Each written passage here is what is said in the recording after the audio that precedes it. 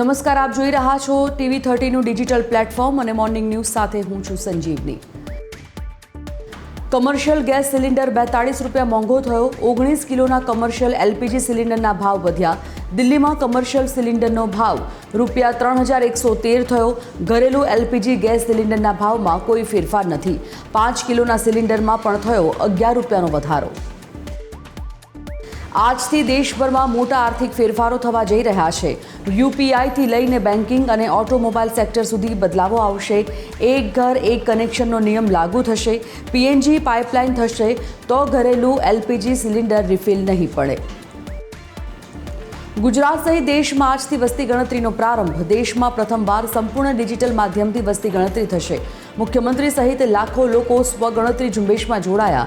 વસ્તી ગણતરી ઝુંબેશમાં સહભાગી થવા નાગરિકોને અનુરોધ। જનગણનાથી જનકલ્યાણના મંત્ર સાથે નવો પ્રારંભ।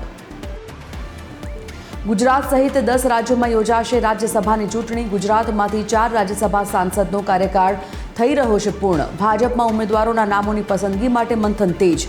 8 જૂન સુધી ઉમેદવારી નોંધાવી શકાશે। 18 જૂનના રોજ સવારમાં 9 થી સાંજે 4 સુધી મતદાન। 11 જૂનના સાંજે 5 વાગ્યાથી શરૂ થશે મતગણતરી। PM મોદી આગામી 5 જૂને સુરતની મુલાકાતે આવશે, જેને પગલે વહીવટીતંત્ર અને ભાજપ સંગઠન દ્વારા તૈયારીઓ તેજ।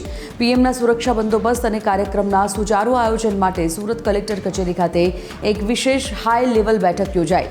મિનિટ ટુ મિનિટ કાર્યક્રમની રૂપરેખા અંગે જરૂરી સૂચનાઓ। PM મોદી આજે નવી દિલ્હીમાં મ્યાનમારના રાષ્ટ્રપતિ યુ મિન આંગ હોઈંગ સાથે દ્વિપક્ષીય વાટાઘાટો કરશે। બેઠકમાં બંને નેતાઓ દ્વિપક્ષીય સંબંધો, પ્રાદેશિક સુરક્ષા, આર્થિક સહયોગ અને ઇન્ફ્રાસ્ટ્રક્ચર પ્રોજેક્ટ્સ જેવા મહત્વપૂર્ણ મુદ્દાઓ પર ચર્ચા કરશે। બંને પાડોશી દેશો વચ્ચેની ભાગીદારીને વધુ મજબૂત બનાવાશે। પશ્ચિમ બંગાળમાં આજે રાજ્ય મંત્રીમંડળનું વિસ્તરણ। 35 નેતાઓ મંત્રીપદના શપથ લેશે। રાજભવનના કાર્યક્રમમાં અનેક નવા ચહેરાઓને સરકારમાં સ્થાન મળી શકે છે। નવા મંત્રીઓને વિવિધ વિભાગોની જવાબદારી સોંપવામાં આવશે।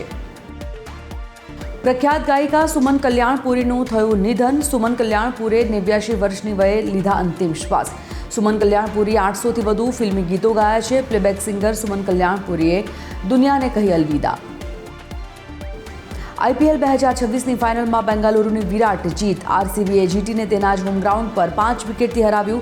ગુજરાતના મેદાન પર RCBએ જીત્યો IPLનો બીજો ખિતાબ। ચેઝ માસ્ટર વિરાટ કોહલીના અણનમ 75 રન ફટકાર્યા। રોયલ ચેલેન્જર્સ બેંગાલુરુ સતત બીજી વખત IPL ચેમ્પિયન।